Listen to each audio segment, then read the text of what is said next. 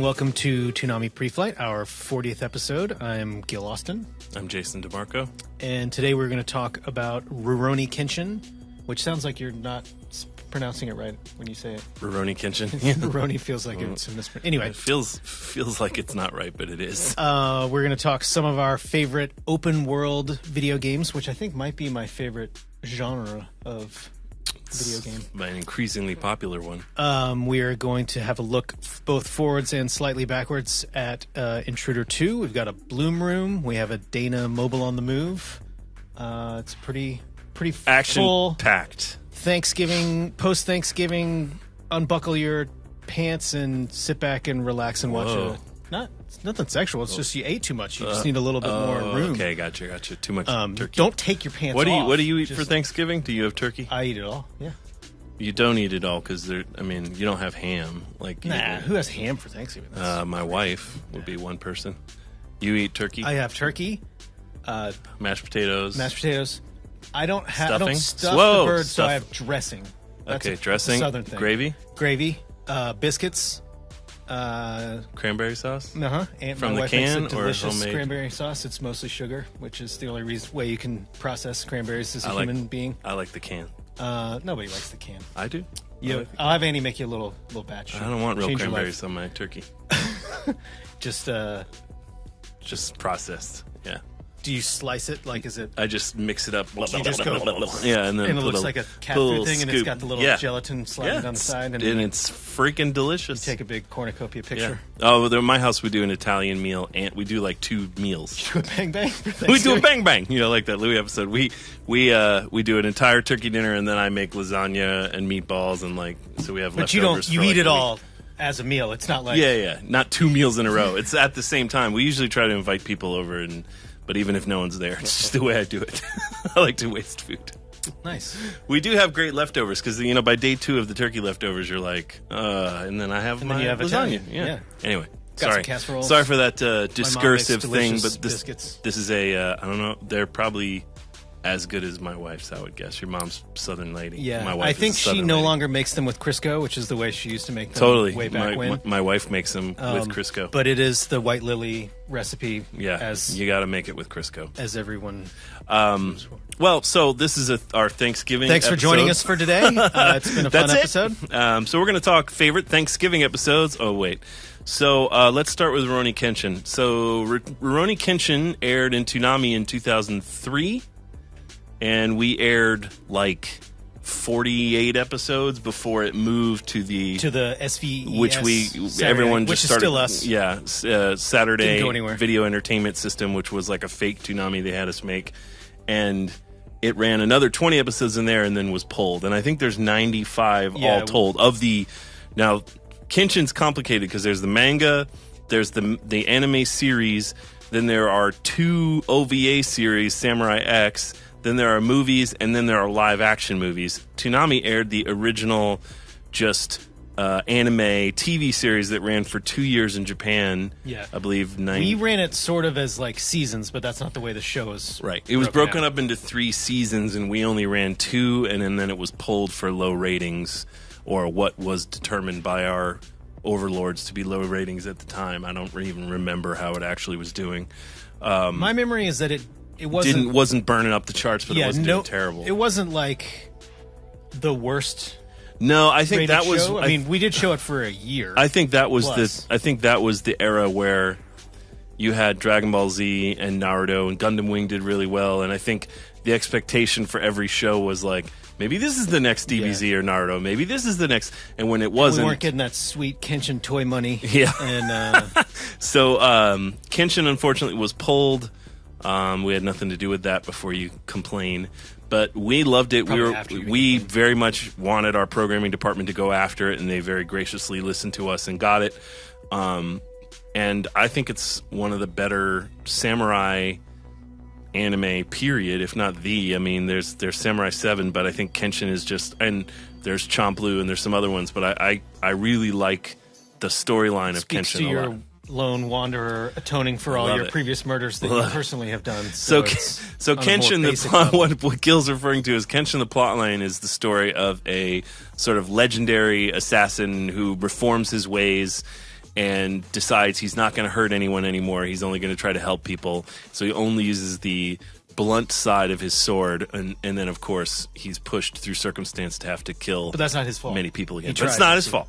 But the creator of the manga is Nobuhiro Watsuki, and he has said, interestingly, that he doesn't think Kenshin is good or evil. He's neither. He's capable of both. He's chaotic neutral. Yeah, and the arc of his character is basically a redemption arc, and then, of course, there's a weird sort of teen romance thing. So it's like, tonally, the show goes from goofy teen romance to the darkest, like, man-murdering man. But they do it in a way that still all feels like this character could be all of those things. Yeah.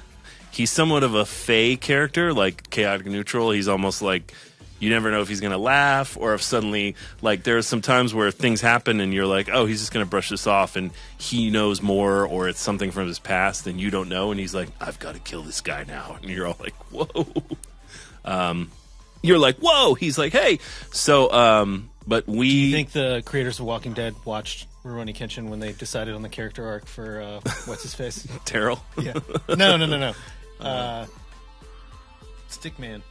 Oh, Stick. Oh, yeah. I can't Whatever remember that his dude's name. But yeah, so Kenshin, very successful manga that ran for 5 years. The show was produced basically at the same time, and the manga creator didn't have that much involvement in the show, but liked it and was happy with it. And now the live action Kenshin's still around. The live action Kenshin, there are 3 live action Kenshin movies, and I think the last one just came out. And they did pretty well. I haven't seen any of the Warner Brothers co-produced. They're not bad. It's kind of weird because he looks like a teen idol. Like his hair, like they copied the anime exactly, so it looks very unrealistic. Like he's a total pretty boy. But I mean, I can identify with that. That's the market. So let's take a look at our Toonami promo for Rurouni Kenshin, which I believe was cut with Dennis wrote it, and I thought you wrote it. No, I helped Dennis write it, but it was basically Dennis. Dennis wrote it, and I guess then the only line I remember was your line. Is the Manslayer. The Manslayer. This is a great old school Peter Cullen Toonami promo, but Dennis wrote it, and I believe Cahill cut it. An editor who used to work at Toonami and now does all the Adult Swim bumps. Shout out to Cahill. If he did indeed do this, I think he did. Might have been Johnny. It was either Johnny or Cahill, whatever. It was a long time ago. Let's check out our launch. Neither one of them remembers our launch promo for Kenshin. Japan, 1867. The Tokugawa dynasty stands upon failing legs. An invincible samurai, Kenshin Himura, walks the path of death and destruction, ushering in a new regime. Hated and feared by many, he is known as Hidokiri Batosai, the Manslayer. In retribution for his deeds, he has taken an oath to protect the innocent and never kill again. But old memories seldom fade, and bad habits die hard. What are you, another wannabe samurai? I wasn't finished speaking. Rurouni Kenshin premieres Monday, March 17th at 6:30. Only Toonami. So that, the thing about Kenshin I really like is it takes place during the Meiji era, which was basically in the 1850s. So it was when Japan's closed ports were forced to be open. So it was this period where Japan had been a closed society for years and years and had not encountered much Western influence. And so things were very much the way they used to be. And this opening of the ports forced a whole bunch of change. So it was this time of great chaos where you had all these new ideas and new technologies clashing with old stuff like the shogunate and stuff like that. And there's all kinds of crazy stories from this era of Japan. Like a lot of samurai movies take place during this era because you can have guns and you can, it's the samurai Blade Runner times. Yeah, but it's a fascinating time, and I think the author of the manga was obsessed with this time, and that's why he told this story. Because there's some stuff in here that are legends and or true people, people that really lived. So it's just an interesting show in that it's a shonen, action cartoon, but at the same time it's kind of rooted in history, and it's cool. Legend. Or legend, So anyway, Kenshin, if you haven't seen it, you should. It's one of the better samurai shows, and I think still somewhat underrated. It's not a show that... So always people, when they think of that genre, they bring it up, but they don't bring it up as like one of the... just top of mind. Yeah, I just love it. We're here to change that. Single-handedly with this show. So why don't we move on to our question of the week, which is, what's your favorite open-world video game? And this was tricky because we've talked about some, asterisks that we haven't already... Yeah, we've talked about Fallout to death. We've talked about The Witcher to death. We just talked about Metal Gear. Those are all... Skyrim. Skyrim. Any of those could be among this conversation. But so we chose to just not bore you guys with the same stuff we've already talked about. So I'll start. Okay. So one of my favorite open-world video games, and one of the earlier ones that I remember being super deeply into, is, of course, the classic Grand Theft Auto Vice City, which is So Grand Theft Auto 3 was the first game on PlayStation 2 that took Grand Theft Auto from a top-down isometric game to an open-world game. So Grand Theft Auto 3 is really the first big console open-world game. But there was no... In Grand Theft Auto 3, your character was mute, and it was sort of an everyman. The big leap for Vice City was they said, let's put you in this world, but you're going to play a character and we're going to tell a story, and the character is who we say you are. You don't. It's not just a silent cipher, right? So Tommy Vercetti is the main character of Vice City, played by Ray Liotta. I mean, for me, this game hit on a couple things. So the music is amazing. It's like the best music of any video game, I would say. It's just the greatest hits of the 80s. And the 80s weren't quite as hot then as they were now. This game came out like 10 years ago. So they got all these songs dirt cheap. They had Michael Jackson songs. They had Miami Vice. Phil Collins hit all these. And all these songs are hilarious to drive around and kill people to. My favorite memory in that game is listening to PYT in my convertible Porsche 911 and just spraying people down. My favorite is driving over the bridge into basically the Miami Beach area, listening to Crockett's theme on my motorcycle. Yeah, with the sun setting over the beach. But they also had every character. I mean, they had Dennis Hopper, Burt Reynolds, Tom Sizemore. It felt like a huge Hollywood movie. Yeah, it was a big leap in terms of not only just here's this world, and the world was bigger than Grand Theft Auto 3, and you could do anything, but also the storyline was one of the first times that Rockstar doubled down on what they know how to do pretty well now, which is storytelling.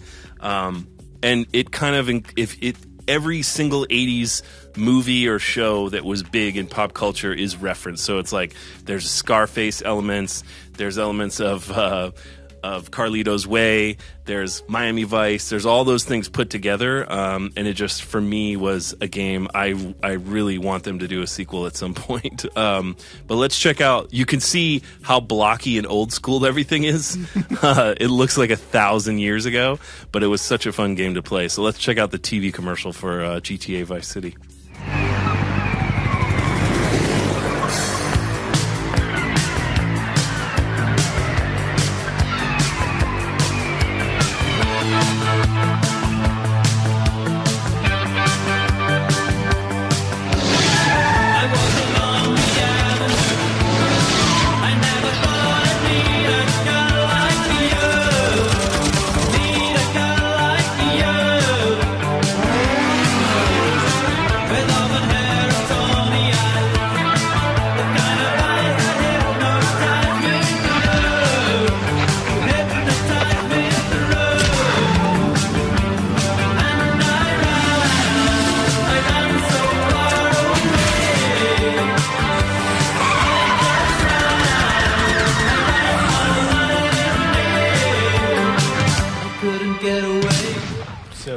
Yeah, so, I mean, even that commercial was the template for all their commercials going forward, which is they just show you a bunch of footage like it's a movie set to a song.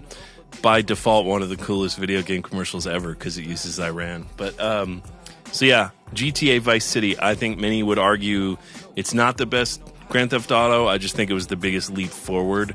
Everybody has their own favorite Grand Theft Auto. It was the one that felt the first time where it's like, this is actually this world. Where like it's a moment in time that you're in, and it's a huge place that you can go and do whatever you want in. And I look forward to when they do the 90s version of Vice City. So next up for me, I'm going to talk about 2 games because they're so closely related, they might as well be the same game. Cheater. Assassin's Creed Black Flag, which came out 2 years ago, I believe. 3 years ago. So Assassin's Creed Black Flag was the 4th in Assassin's Creed game, technically. I believe there had been 5 games, but... it's a little muddy with the crappy Assassin's Creed. Again, I think for any open world game to really grab you, you have to love the world, and I love seafaring crap. I'm an old man, so boats are cool to me. That era is cool to me. I love the era of the wane of piracy. So you basically play this character who's a pirate and also an assassin, which seems like two pretty fun jobs for me. Yeah. So you sail around on the ocean, and I remember distinctly at some point just not playing the story and literally just sailing my ship around and attacking other ships and taking their booty. That's what was so great, is because it was 2 huge, totally different games that you could, if you ever got tired of doing one, you'd be like, oh, I'm going to go do this other thing. Yeah, I'll go sail around. Play for 200 hours. And there was all kinds of like strategic inventory type stuff, and it's huge. It's one of the biggest games I've ever played, and I played the ever-loving shit out of it. Actually played it twice. So here's our Toonami spot where Tom reflects our enthusiasm for the game.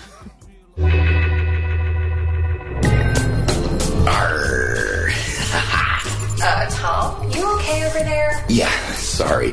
I'm just sailing the 7 seas and having a blast with the new Assassin's Creed game, Assassin's Creed Black Flag. Ah, so this is a pirate assassin game. How does that fit in with the rest of the Assassin's Creed games? Who cares? I was enjoying the main missions, but once the world opened up and I got my very own pirate ship, the sea became my home. I mean, look at this beauty. So you, just attack people? Oh, come on, Sarah. It's so much more than that. You want to hunt a whale? Do it.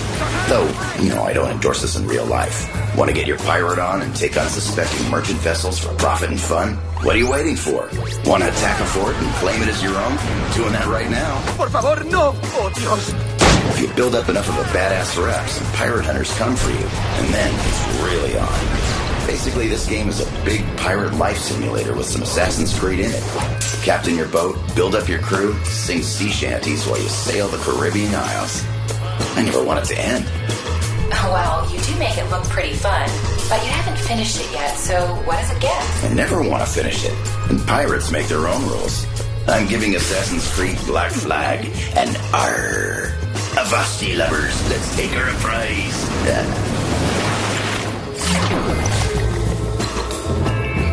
One of the goofier reviews we've done, but sure. What are you going to do? do? Steve did not want to say the whale hunting line. Oh, really? He was like, I'm on boards of things against this. Like, can I not say this? And I was like, no, you kind of have to. And he's like, okay, well, I'm going to say, but I don't support it in real life. Yeah. It's a video game, Steve. It's okay. He don't actually have to kill people in real life either when you do it in a game. But you get to. Oh, wait. No, that's not right. So the next game, which is basically a reskinned version of this game, so of course I was totally into it. Nobody even knew this game came out. Because this game was... Oh, so the next game we're going to talk about is Assassin's Creed Rogue, which is basically a sequel to Black Flag, and it was PS3 only and Xbox 360 only, and it came out at the same time as Assassin's Creed Unity, which is a huge piece of shit everybody hated. True. True story. Unfortunately. But unfortunately, even more unfortunate about that story is that Assassin's Creed Rogue is totally awesome. It's basically a reskinned version of Black Flag, but instead of you being an assassin, you were the assassin's enemies, the Templar, and they reset the location to basically the Hudson River Valley area. And so you're sailing around the Great Lakes in this same time frame. And for me, it was super awesome because I'm from there, so I would be like, hey, there's Albany! Hey, there's Salem! Like, it's just... And it was super historically accurate, as all the Assassin's Creed games are. They're great at that. But it's the same everything else is the same. There's a few new elements. Your ship is a little more shallow draft because you are going through rivers. There's a new weapon called the puckle gun. You can't swim like you could in Black Flag because the water's so cold because a lot of the game takes place in winter. But it was just really cool. Like, they just took the tropical setting of Black Flag, flipped it to the north, and made it a colder. I mean, it was really seemingly the only reason why they even put it out was because Unity. They were making such a big deal out of Unity, and it was on the new gen consoles. Right. That I think they were like, well, we can't just abandon all the people who have these other consoles. Let's just shit out another one. Yeah. And it was awesome. Yeah, and I loved it and played it all the way through hardcore, just like Black Flag. And I would play 10 more of these. So here's our Toonami. And we did a Toonami review. That's right. So here's the Toonami review for Assassin's Creed Rogue. Just when I thought my privateering days were done, along comes Assassin's Creed Rogue, a Black Flag sequel that feels just like slipping on a favorite old hoodie. This time around, you brave the icy waters of the North Atlantic as you undergo a dark transformation from assassin to Templar. You can cast off for days, taking down river forts, hunting assassins, and engaging in sweet, sweet sea battles. Sailing around is so fun, I wouldn't even set foot on land if I didn't have to. But if you somehow get bored ruling the waves, there's plenty more action on solid ground. New weapons like the air rifle, grenade launcher, and the deck-shattering puckle gun all add to the familiar carnage. Plus, playing as a Templar for the first time is pretty cool. If you were into Black Flag, you're going to be down with Rogue. We give it an 8.5 out of 10. Beat to quarters. Only Toonami on Adult Swim. Surprising we gave it an 8.5 out of 10. So my final choice for favorite open world game is not Skyrim, but another Elder Scrolls game, an older one, which is Elder Scrolls 3 Morrowind, which I believe was the first one to make it to consoles. Yeah, this was Xbox. For the original Xbox. And the reason I chose Morrowind, obviously, besides the fact we've already talked about Skyrim, I think Morrowind was the first time I had played an Elder Scrolls game, and really the first huge open world game I'd played on a console. And the stated goal from the developers of Morrowind was, we want this to feel like a massive multiplayer online game, but it's a single player game. We want you to be able to do anything. And even now, looking back on it, you could do more in Morrowind than you could do in Skyrim. Like, you literally could do anything. Whatever it's that you could do whatever you wanted to. Right. By the end of Morrowind, by the time I played the crap out of it, by the time I finished Morrowind, there's a guy in the game called Vivek who is a god. And I had played so much that I just went in and killed Vivek and walked out of the town, and no one believed me. They were like, yeah, you killed Vivek. Sure you did, buddy. And I had his hammer. And my brothers who were playing at the same time, one of my brothers became a werewolf and just went from town to town killing every single person.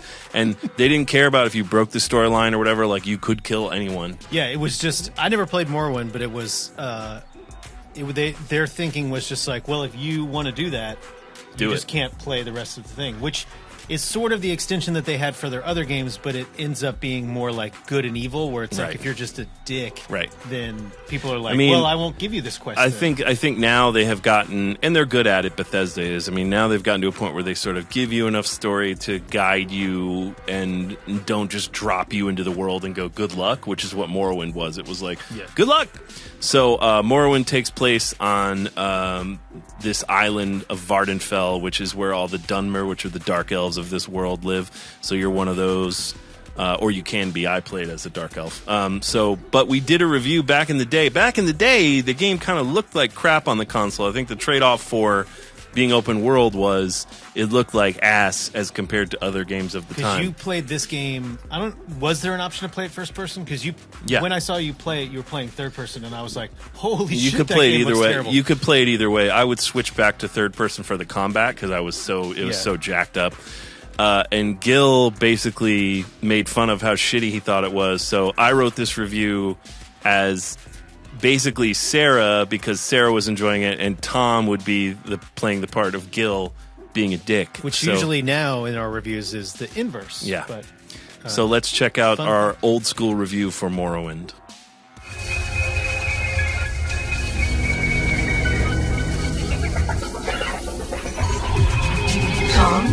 Yo. Have you played this game for the Xbox called The Elder Scrolls 3 Morrowind? That's a long title. What a terrific game.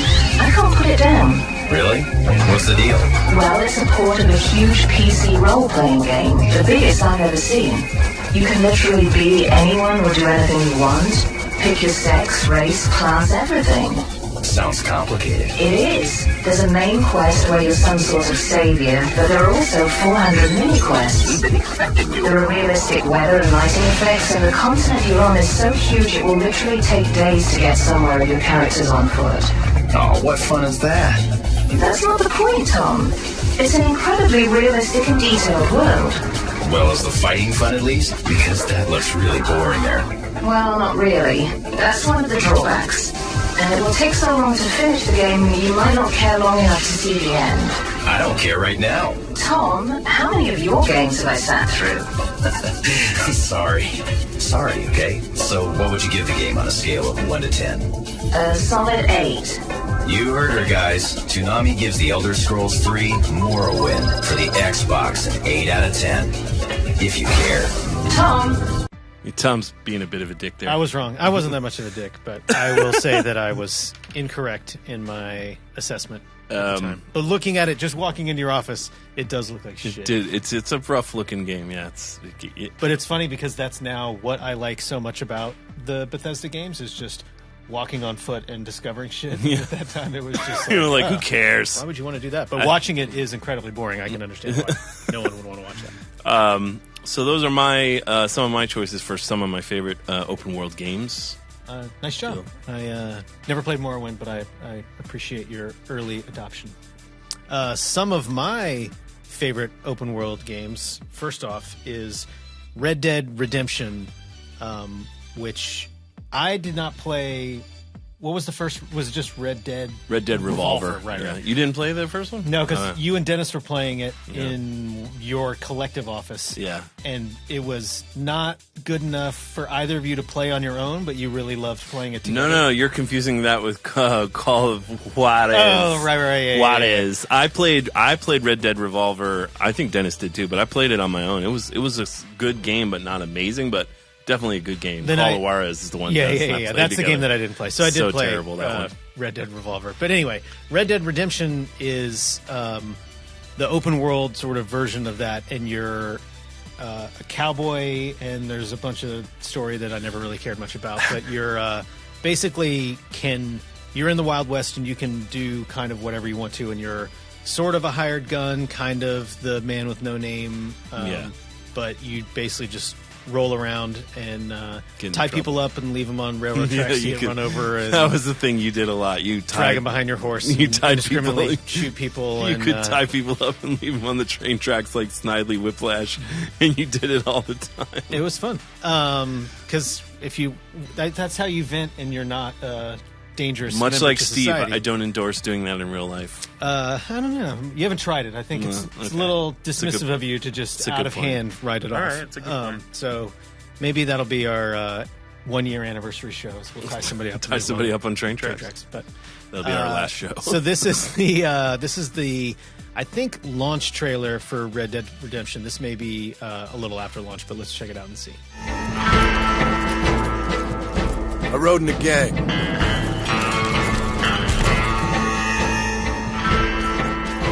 They left me to die after I'd been shot.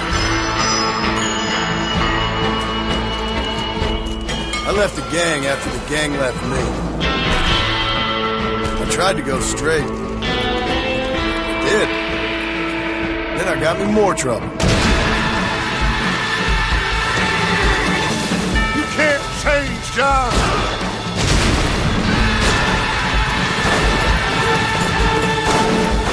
We don't do deals with outlaws, boy. Yeah, you do! You are the bounty hunter, huh? Your country loves to make trouble in mine. Perhaps you come to hunt me, huh? You always did have a high opinion of yourself, John. This is America, where a lying, cheating degenerate can prosper. What will you do now, Mr. Marston? Now I'm gonna take my time and go after him the less kind way. It's gonna be a bloody job. I don't know any other kind. I was right all along. The savage heart cannot be conventionally civilized. Maybe you live in a different America than we. I'm gonna cut you up, piece by piece. Civilization is a truly beautiful thing, Mr. Marston. Well, old man, looks like things is about to get settled once and for all. So it seems.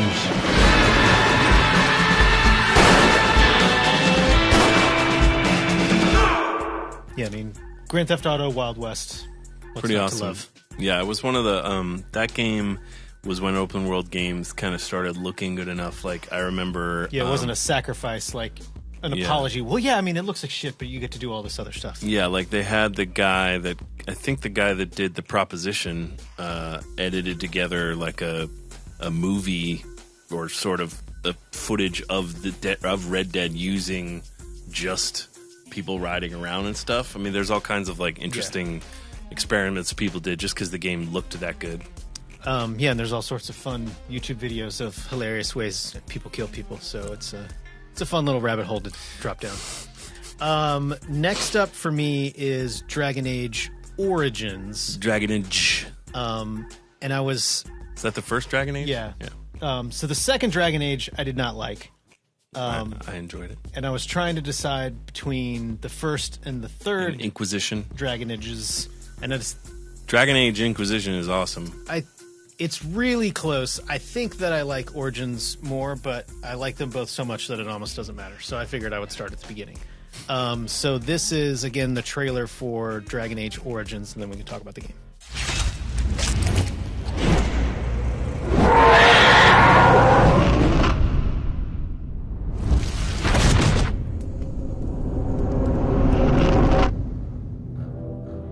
The Chantry teaches us the mages had sought to usurp heaven.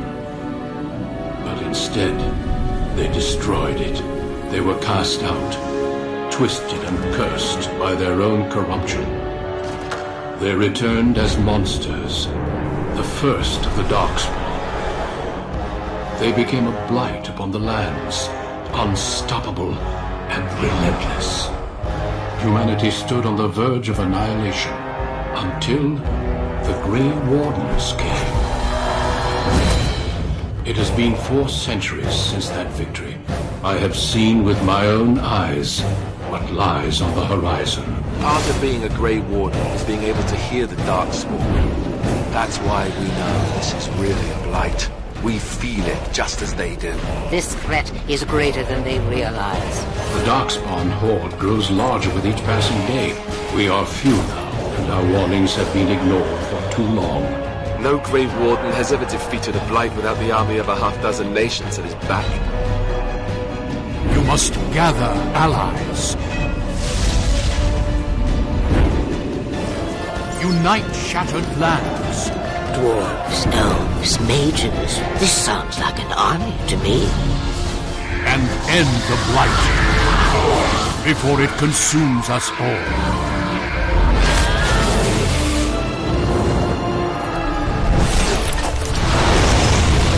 Moment forth, you are a Grey Warden.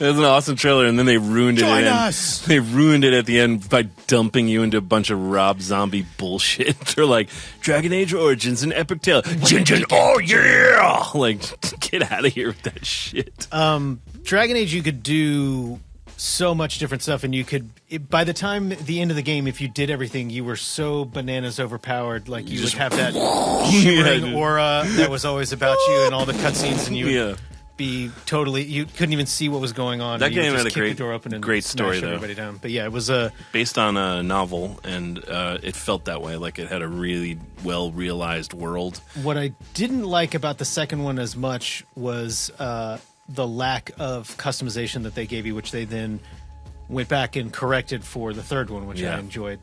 But when the first time I was playing this, the first time I was playing this game. My controller was wonky, but I didn't know it, and I was like, the combat in this game sucks. You can't. I remember you complaining about it to me. You just wander you were around. Like, what the hell? How do you even play this game? You were like, what? I was like, look, and I would just sit there, and my guy would just go. And you're like, that's not the way it is. And then I would put my controller down, and the thing would just go. So once I got a new controller, it turned out that the game was really fun, and I enjoyed it a lot. That was you in real life, just being a moron, not. Oh yeah, absolutely. That was the whole point of the story. But yes, I just want you garnered put a pin in it. Knowledge that I put. No, I knew it. I just wanted to highlight it for everyone. Yeah, and remind them. Sure. Yeah, well, lower third it. Okay, if you could put that up. Gil is a moron. Lower third, please. We're not allowed. I don't know if we're allowed to say moron anymore. Idiot, I guess is a better word. Dumbass, is that still? Dumbass, yeah. Okay. Dumbass it is. Last, I was trying to decide between Far Cry 3 or 4 and Blood Dragon, and I didn't want to do. It felt like cheating to talk about more than one game, but that game kind of feels like all the same. That was the side shot at me for doing two Assassin's The same Creeds. sort of feel to me. I don't know which Blood Dragon. I know you loved because I found Far Cry 4 way better than Far Cry 3, but I didn't even play all of Far Cry 3. I got bored halfway through. I liked Far Cry 4 more. Anyway, I didn't pick Far Cry, but those games are really good. So all that to say, what I did pick was preamble Arkham City, which I thought you liked Arkham City. I didn't think it's you liked fine, but best open world game. I mean, it's your choice. It's obviously up to the individual, but but I can. You gave it a fart out of 10. Yeah, I mean, it was cool, but I liked it a lot. I played the shit out of it. You did. You even got all the Riddler puzzles. I did, didn't you? And I don't. I got honestly you, Riddler. Know why it was a total waste of time, but yeah. Well, you love wasting your time. I do. If there's a that's list, one man's that I trash. Can check off. That's the whole thing. Big thing for me. So this again is the trailer for. They call this the gameplay trailer, but it's really not. But we can check it out.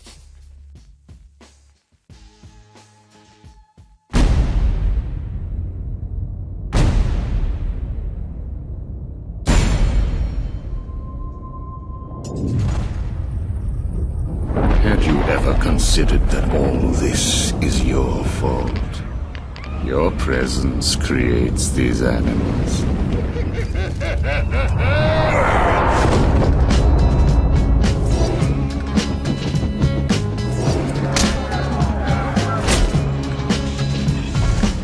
Confirmation that prisoner 40's in the courthouse.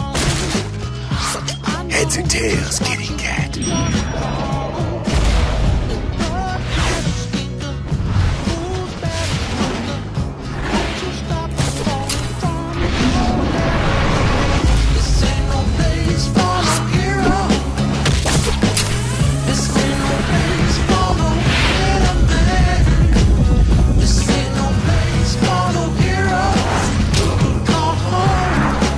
Shame to get blood all over my nice new outfit.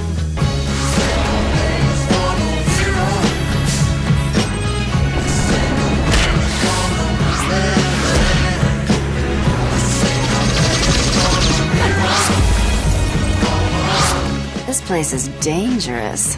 I like it.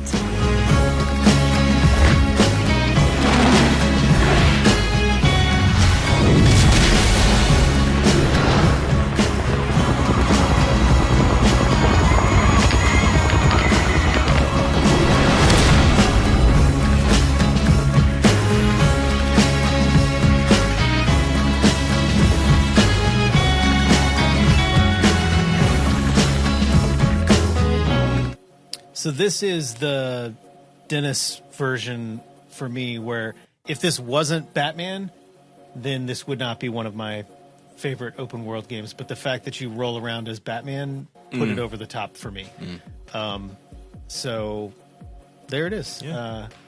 Did you play any of the ones after Arkham City? I I played Arkham Asylum. I didn't finish. I think I finished it, but like barely. Yeah. And then I played Arkham City more. That was the one I played a good amount. I didn't do like the Riddler stuff. I didn't go as deep as you did, but I had fun with it and finished it. Yeah. And then the last Arkham game I hated and only played. I played for like 5 minutes, and when they made me ride in the Batmobile, I was like, nope, I'm done. It's like the second mission, and you jump up on the roof and you're driving around the Batmobile, and I just faded. Even Arkham City was like, I got exhausted by the end. The world was so big, but I wasn't that into it, and I just think that it was just too much cheesy shit on top. Like, Batman was cheesy, Catwoman was cheesy. Even knowing that this is the Batman universe and it's a heightened reality and blah blah blah, I just found it a little hokey for me. I liked it. It's one of my favorite open world video games. Moron. Asshole. So those are some of ours favorite open world video games. So now let's see what the Adult Swim and Toonami Facebook have to say. Let's start with the Adult Swim Facebook choices. We don't know what they are because this is a pre-recorded thing, but we're just going to say that they're probably real good. Because if you didn't understand from the beginning, we like Thanksgiving and we're going to eat. Yeah, we're going to eat. But you guys hopefully pick some good ones. So yeah. And then let's take a look at the Toonami Facebook choices for your favorite open world game. And I'm guessing there will be maybe. You think the Dragon Ball one? Dragon Ball, the fighting game that's sort of an open world game that we reviewed? No? Xenoverse? We'll see. Yeah, Xenoverse. I'm wondering if that shows up. Maybe. Probably some BioWare and Bethesda games, though, for sure. So moving on, let's talk about our sneak peek, which is really a look back at episode, is it 3 of The Intruder, which some bad stuff. So at this point, you guys know that The Intruder has taken over Tom 1's body, and it's bad. It's gonna be bad. It's Tom versus Tom. It's T versus T. In case you didn't know that, it's true. Yeah, I mean, it'll have been out for a week by the time we see this. Well, we're going to show episode 3, so it's. I mean, but retroactive. Now you can see. Now you can see it. Yeah, who cares? It'll be out there by now. But Sonny Strait, we brought back to do the voice of Tom 1 again, and he was very gracious. It was awesome to be able to work with Sonny again. And fun fact. The voice of the Intruder in these episodes is done by Sonny Strait, but also Steve Bloom is underneath Sonny Strait, so they're both in there. Backing track. Yeah, like a little backing echo we thought would be cool. So this is Intruder 2, Episode 3 rerun. For those of you who haven't seen it, now you have a little idea of what's in it, so check it out.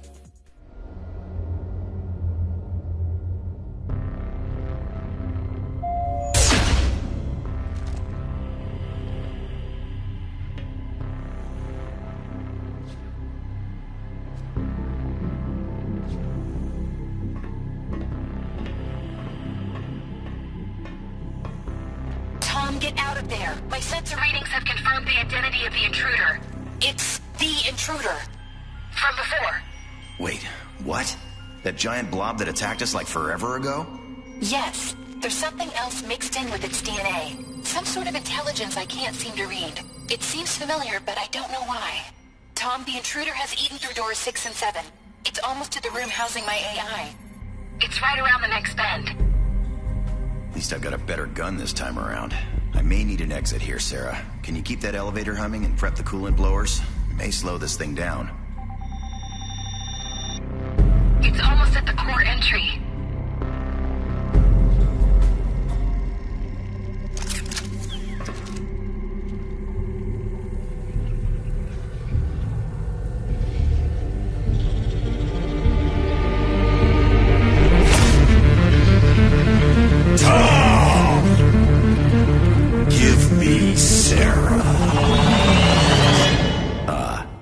No.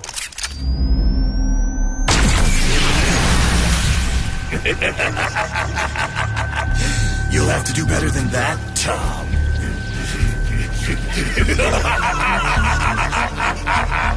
Oh, man. I make a really crappy bad guy.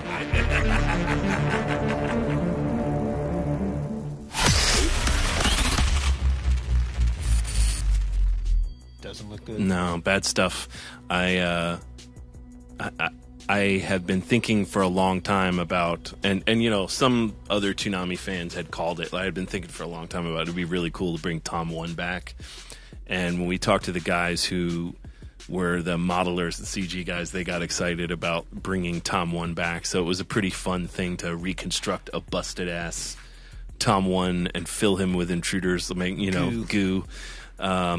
It was an amusing callback for anyone who cares. So let's see what's going to happen in part 4, where more bad things occur.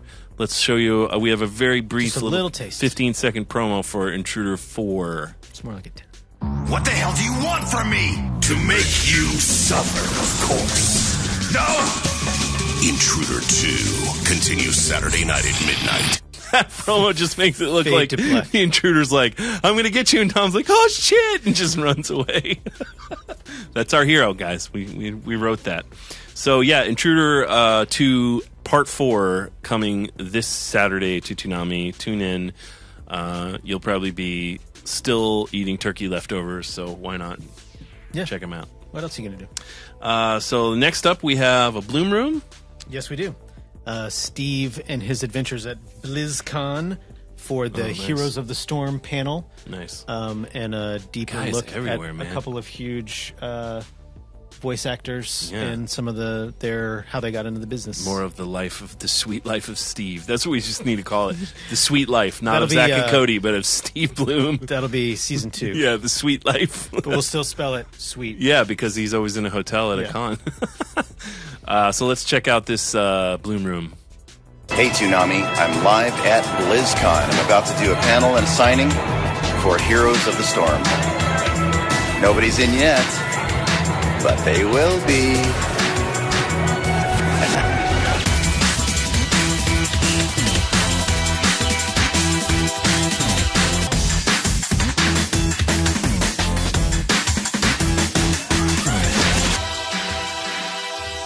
Backstage at BlizzCon with Cree. Oh my god. With Cree. Do you remember me from the last tour? Look who else is here with me. Hey! T. Bradley Baker, in case you don't know. You should know. No, don't know. Forget everything. Where am I?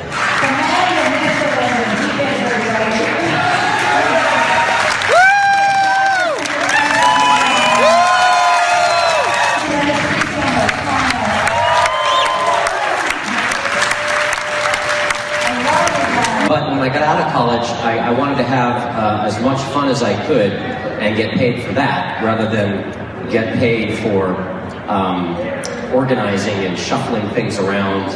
And I wanted to make things, and I like being on stage, and so I would find whatever gig I could to do that, and it gradually wound its way through stand-up and improv and children's theater and mall Santas and corporate shows and theme parks, and finally arrived at voice acting. And then it just kind of was something that felt good for me to do creatures and weird sounds, because that's what I like to do on a stage, doing improv or stand-up. And so I kind of focused on that, and that's how I arrived here. And when I was doing Tiny Toons in Elmira, I was sitting with Frank Welker, who I worked with on Inspector Gadget, but I was sitting with Frank Welker, Stress McNeil, Charlie Adler. It was directed by Andrea Romano. It was this ridiculous cast. And at 17 I was at the time. It was the first time I thought to myself, wait a minute, I want to be good at this. Everybody around me is so fucking good. And instead of just being here, I want to get good at this. And that was the moment when I decided, oh boy, I'm lucky. And let me make use of this. And I learned from all of them.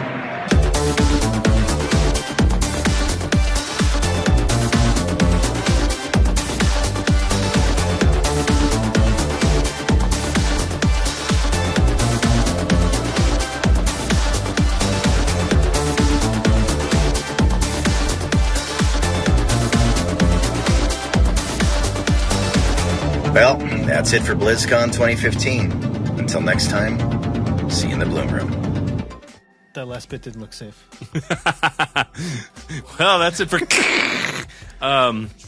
Well, thanks, Steve, as always, for sharing your little things that you do so many amazing things every single weekend. Thank you for continuing to share those with us. And our final thing we have for you today is a new episode of Mobile on the Move, which is Dana, who voices Sarah, her little game reviews. She always likes to play mobile games, so she does some game reviews of mobile games for us. And that's this segment where she reviews 2-in-1. It's a twofer, so check it out. It's Mobile on the Move. Mobile on the Move. Hey everybody, I'm on the move again, and this time I'm on vacation in the Smokies, checking out Gatlinburg and Pigeon Forge. I'm seeing all the dumb stuff because that's what I like to do. Is this supposed to be Splash Mountain? Is it like Splash Mountain, but not? I mean, here's me playing some games at Dollywood. Get ready to bumble! What a bumble. Speaking of games, there is one that I cannot wait to talk about. It's called Her Story. It just won the IndieCade 2015 Grand Jury Award. You can check it out on PC, Mac, or iOS, which is how I played it, on my little phone. It's a nonlinear crime fiction that you slowly piece together on a 1990s police desktop interface. Somebody's old computer. I don't know how you had hooked it up. They had video clips back then. It's a beautiful thing. Who'd have known? It's all told through interviews with one woman. Yeah, that's me. And I'm sure she's trustworthy. Why wouldn't she be? I didn't murder Simon. You've got it wrong. You've got the wrong person. Different clips populate depending on your search terms. Oh, I'm sorry, guys. I gotta go check out my cats. I am collar deep in Neko Atsume right now. I'm sure you won't mind.